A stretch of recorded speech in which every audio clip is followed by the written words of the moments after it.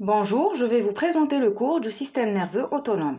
Donc, on va définir ou bien introduire le sujet, voir l'organisation anatomique du système nerveux autonome, à savoir le système nerveux parasympathique avec ses neurotransmetteurs récepteurs, également le système nerveux sympathique avec la même chose, neurotransmetteurs et réception, le système non adrénergique non cholinergique et quelques notions sur la pharmacologie. Donc, le système nerveux, comme on l'avait vu lors du précédent cours, est divisé en un système qui est nerveux central, donc l'encéphale et la moelle, un système nerveux périphérique, donc avec une voie qui est somatique, et le système viscéral. Ce système viscéral est divisé en deux systèmes, un système qui est parasympathique, ralentisseur de l'organisme, et un système qui est sympathique ou bien orthosympathique.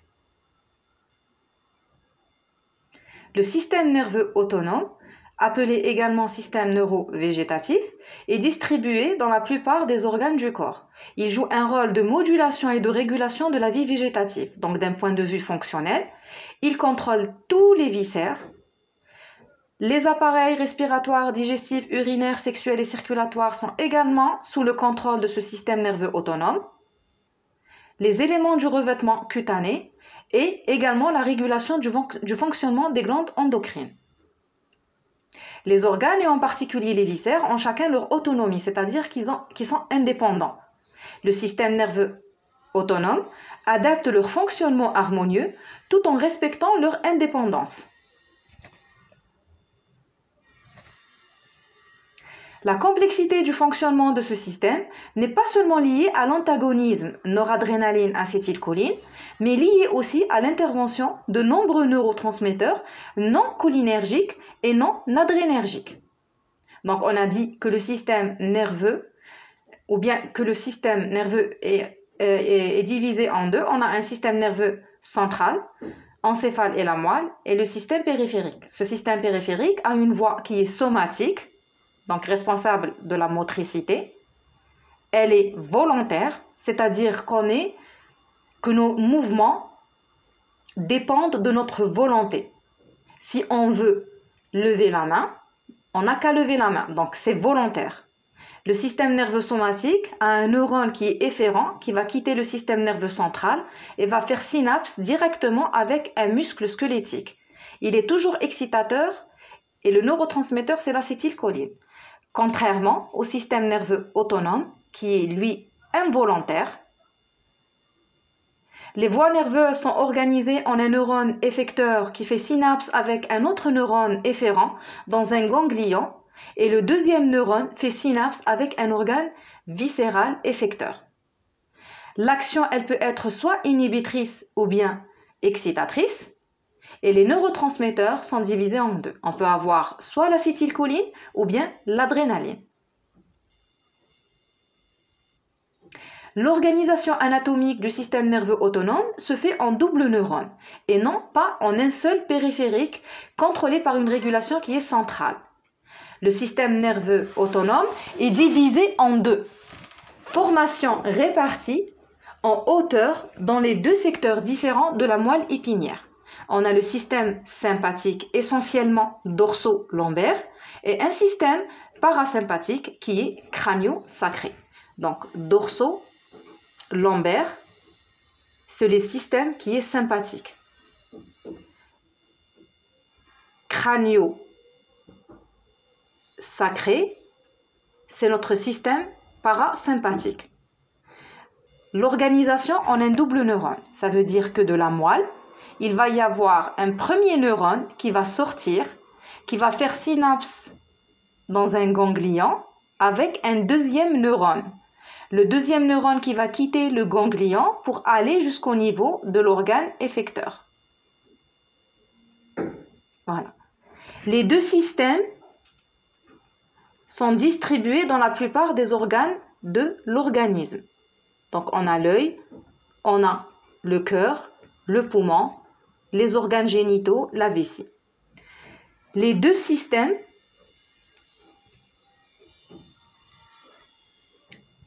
ont des différences anatomiques et fonctionnelles.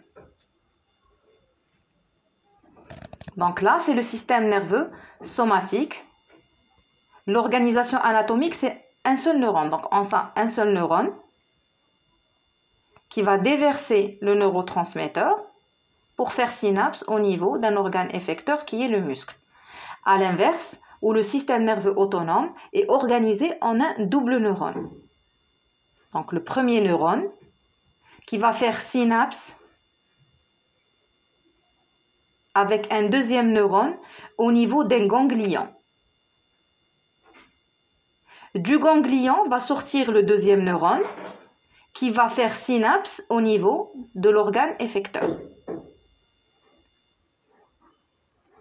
Pour le système sympathique, le premier neurone est relativement plus court que le deuxième neurone. Donc le deuxième neurone, son axone est plus lent. À l'exception de la médullo-surrénale, où il n'y a qu'un seul neurone. Donc la médullo-surrénale est considérée comme étant déjà un ganglion et comme étant un organe. Le premier neurone, en faisant synapse avec le deuxième neurone dans un ganglion, le neurotransmetteur, c'est l'acétylcholine. Une fois le deuxième neurone va sortir, va aller faire synapse au niveau de l'organe effecteur, le neurotransmetteur de l'opération, ce sera la noradrénaline. À l'inverse du système parasympathique, où le premier neurone est relativement plus lent, il va faire synapse avec un deuxième neurone dans un ganglion. Le neurotransmetteur de la première opération étant l'acétylcholine. Le deuxième neurone qui est plus court va faire synapse au niveau de l'organe effecteur. Et à ce moment-là, c'est toujours l'acétylcholine qui est représentée comme le neurotransmetteur est représenté toujours par l'acétylcholine.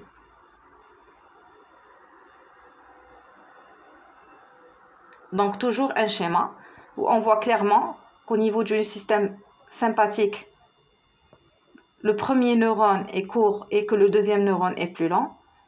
Au niveau du parasympathique, c'est l'inverse. Débutant par le système nerveux parasympathique. Le système nerveux parasympathique est crânio-sacré.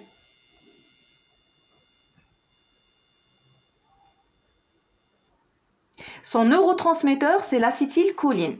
Cette acétylcholine est synthétisée à partir de la choline, d'origine alimentaire, qui va s'associer à l'acétylcoenzyme A, formant ainsi l'acétylcholine.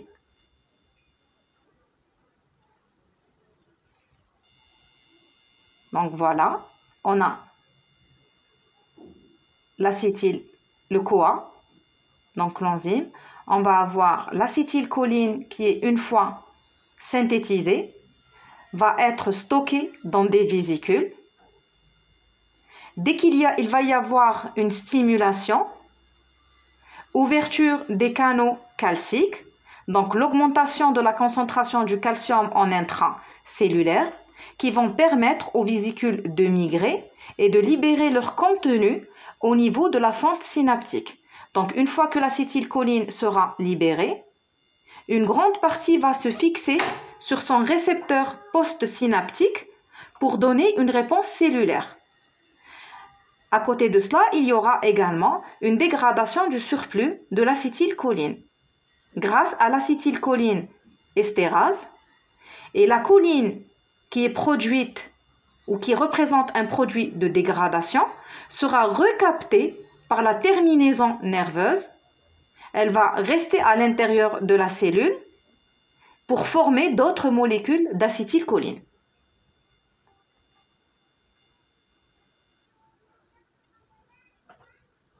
Donc voilà, c'est toujours la même chose. On a la synthèse de l'acétylcholine, son stockage au niveau des vésicules, sa libération, sa fixation au niveau des récepteurs, la dégradation par l'acétylcholine estérase, un recaptage d'une partie de la choline qui va être la base de la formation d'autres molécules d'acétylcholine. Donc, le système parasympathique, son neurotransmetteur, c'est l'acétylcholine.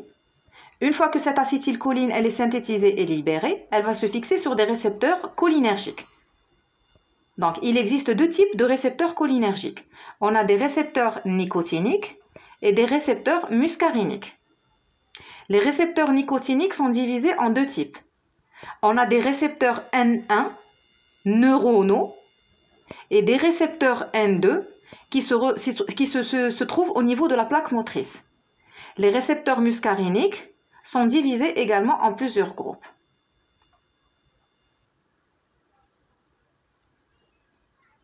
Là, c'est le récepteur nicotinique de l'acétylcholine. Le récepteur nicotinique de l'acétylcholine est constitué ou bien composé par 5 sous-unités. Alpha, gamma, delta et theta, 2 sous-unités alpha. Il faut savoir que seulement les 2 sous-unités alpha qui peuvent fixer les molécules d'acétylcholine. Donc, on va avoir une stimulation, migration des vésicules, libération de l'acétylcholine. Une fois l'acétylcholine libérée, elle va se fixer sur les 2 sous-unités alpha du récepteur cholinergique. L'interaction ligand-récepteur va faire que la protéine ou bien le récepteur nicotinique qui est une protéine canal, donc une ouverture, la création d'un canal et de ce fait la pénétration d'une quantité de Na+, donnant ainsi une réponse cellulaire.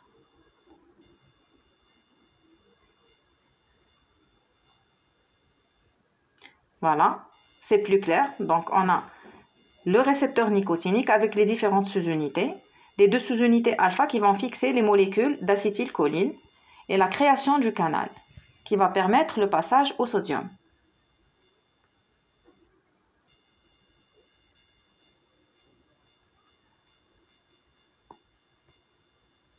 Les récepteurs nicotiniques sont rencontrés essentiellement au niveau du ganglion végétatif. Ils sont inhibés par la nicotine à forte dose et par l'hexaméthonium et stimulés par la nicotine à faible dose.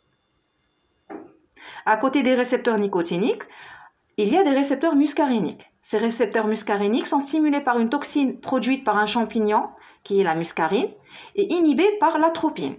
Il existe 5 types ou bien 5 variétés de récepteurs muscariniques. M1, M2, M3, M4 et M5. Au niveau du cœur, il y a une prédominance des récepteurs M2 qui sont inhibiteurs. Et au niveau du muscle lisse et des branches, il y a une prédominance des récepteurs muscariniques 3 qui sont excitateurs. La stimulation du système parasympathique va donner elle va donner différentes réactions. Donc, on a dit que le système parasympathique, il est crânio-sacré et il est distribué dans la plupart des organes de l'organisme. Donc, la stimulation va engendrer au niveau de l'œil un myosis, c'est-à-dire une diminution du diamètre de la pupille. Au niveau du cœur, il va donner une diminution de la fréquence. Et au niveau du poumon, il va donner une bronchoconstriction, c'est-à-dire que le diamètre des branches va être réduit. Donc, en gros, le système parasympathique, il est beaucoup plus freinateur. Donc, la stimulation de ce système va faire qu'il y aura une diminution de la fonction. Donc, diminution de la fonction cardiaque, une diminution du diamètre de la pupille, une diminution ou bien une bronchoconstriction pulmonaire. Passons maintenant au système nerveux sympathique. La transmission adrénergique ou catécholaminergique concerne toute transmission ou médiation qui a pour neurotransmetteurs l'adrénaline, la noradrénaline et la dopamine. Donc, le neurotransmetteur du système nerveux sympathique n'est pas l'acétylcholine, comme c'est le cas pour le parasympathique, mais bien ce sont soit l'adrénaline, la noradrénaline ou bien la dopamine. Donc la biosynthèse du neurotransmetteur, elle se fait au niveau du corps cellulaire à partir d'un acide aminé qui est la tyrosine. Donc la tyrosine, par une réaction enzymatique, va se transformer en L-dopa. Cette L-dopa va se transformer en dopa, qui va donner lieu à de la noradrénaline et enfin l'adrénaline. Donc on a la tyrosine, formation de la L-dopa. Cette L-dopa va se transformer en dopamine. La dopamine va être transformée en noradrénaline et une partie de la noradrénaline va être transformée en adrénaline. Donc tyrosine,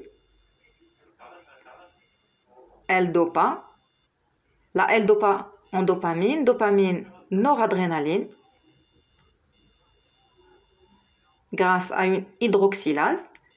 Et la noradrénaline va subir une méthyltransférase, l'action d'une méthyltransférase pour être transformée en adrénaline. Donc une fois que le neurotransmetteur est synthétisé, quel est son devenir? Donc il va être libéré dans la fente synaptique.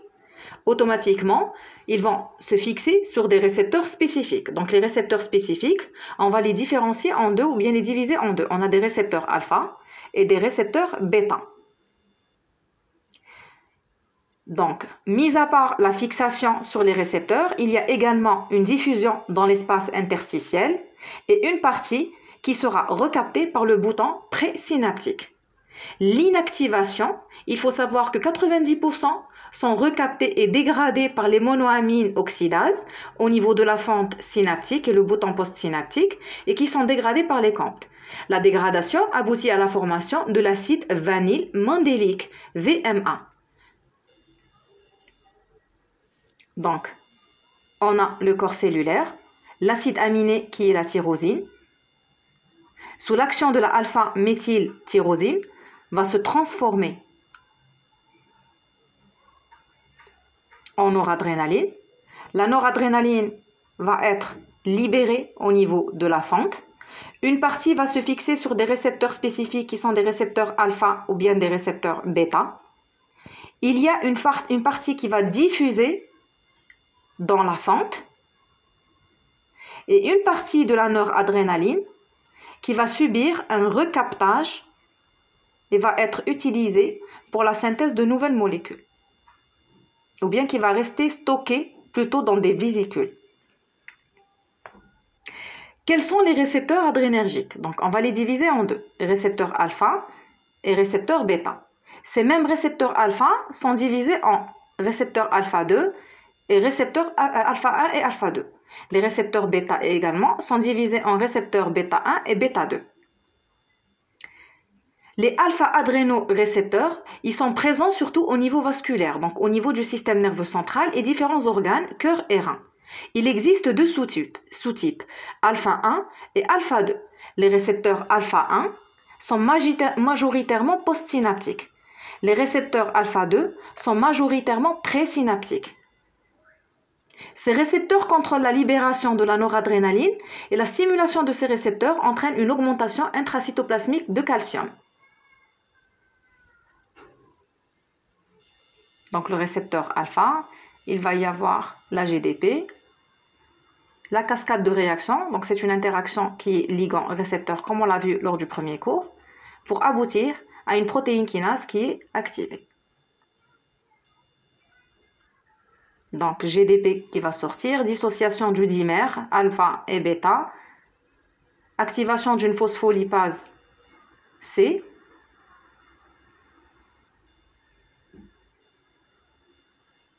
et avoir la phosphorylation. Les bêta-adrénorécepteurs qui sont présents dans les vaisseaux, système nerveux central et différents organes, il existe trois sous-types, bêta 1, bêta 2 et bêta 3. Ils sont couplés à l'adénylcyclase, donc agissent par l'intermédiaire de l'AMP cyclique. Les récepteurs excitateurs sont alpha 1 au niveau du muscle lisse et bêta 1 au niveau du cœur. Et il existe des récepteurs inhibiteurs qui sont les alpha 2 et les bêta 2. Donc voilà le mode d'action, fixation, interaction ligand-récepteur. Donc le second messager qui est l'AMP cyclique, cet AMP cyclique va aider à activer une protéine kinase 1 pour avoir une réponse cellulaire. Donc comme pour le système parasympathique, le système sympathique il est distribué dans les autres organes, donc dans tous les organes de l'organisme, mais l'effet c'est l'opposé du système parasympathique, c'est-à-dire qu'au niveau de l'œil il va donner une mydriase, au niveau du poumon il va donner une bronchodilatation, c'est-à-dire le diamètre des bronches va augmenter, et une augmentation de la force de la contraction au niveau du cœur. Donc on peut dire que les deux systèmes sympathiques et parasympathique occupent les mêmes organes, mais leurs effets sont à l'opposé. Le parasympathique, il est freinateur, contrairement à l'orthosympathique ou au sympathique qui est accélérateur. À côté du système sympathique et parasympathique, il existe un troisième système non adrénergique, non cholinergique. L'antagonisme classique entre le sympathique et le parasympathique a été complété par la découverte d'une multiplicité de neurotransmetteurs intervenant dans le système nerveux autonome et qui assurent un fonctionnement nuancé et modulé. Ce type d'innervation est observé au niveau du tube digestif et au niveau surtout du système respiratoire. De ce fait, au niveau du plexus entérique, c'est-à-dire des intestins, d'autres substances, outre l'acétylcholine et la noradrénaline, ont été reconnues, telles que le VIP, la substance P, l'histidine. Les effets biologiques observés au niveau des branches, relaxation et contraction intestinale, ne sont bloqués ni par l'atropine ni par les bêta-bloquants. Donc il s'agit d'une co-transmission. Plusieurs neurotransmetteurs coexistent dans une même transmission nerveuse. La connaissance du mode d'action du système sympathique, du système parasympathique, des neurotransmetteurs et des récepteurs a pour but ou bien a un grand intérêt dans la pharmacologie. La pharmacologie qui intéresse le système sympathique, on a des substances qui vont mimer, c'est-à-dire qu'ils vont reproduire les mêmes effets du système sympathique, on va les appeler les sympathico-mimétiques, et les substances qui vont produire l'effet inverse, on les appelle les sympathico-létiques. La même chose pour le parasympathique, il y a des substances qui vont mimer, donc qui vont reproduire les effets du parasympathique, élaborant ainsi ou bien être regroupées dans la classe des parasympathico-mimétiques, et il y a des parasympathico-létiques. Donc, quelques notions sur les sympathico-mimétiques. Ce sont des substances qui ont des actions physiologiques et pharmacologiques semblables à des catécholamines. Citons à titre d'exemple, sympathico-mimétique alpha 1, comme le météraminol, les sympathico-mimétiques bêta 1 comme la dobutamine, et bêta 2 comme le salbutamol qui est utilisé lors des crises d'asthme. À côté des sympathico-mimétiques, il y a le sympathico-lytique, qui sont des substances ou des produits qui réduisent le tonus parasympathique. Donc, à titre d'exemple, la alpha-2-guanidine, dans la terminaison nerveuse, et les bêta-bloquants sélectifs et non sélectifs. La pharmacologie du système nerveux parasympathique, on a les parasympathico-mimétiques, donc, à titre d'exemple, pilocarpine ou bien le carbachol. Donc, ce sont des substances qui vont agir comme si on avait stimulé le parasympathique. À l'inverse des parasympathico-lytiques, ce sont des ganglioplégiques qui vont inhiber les récepteurs nicotiniques tels que le sulfonium.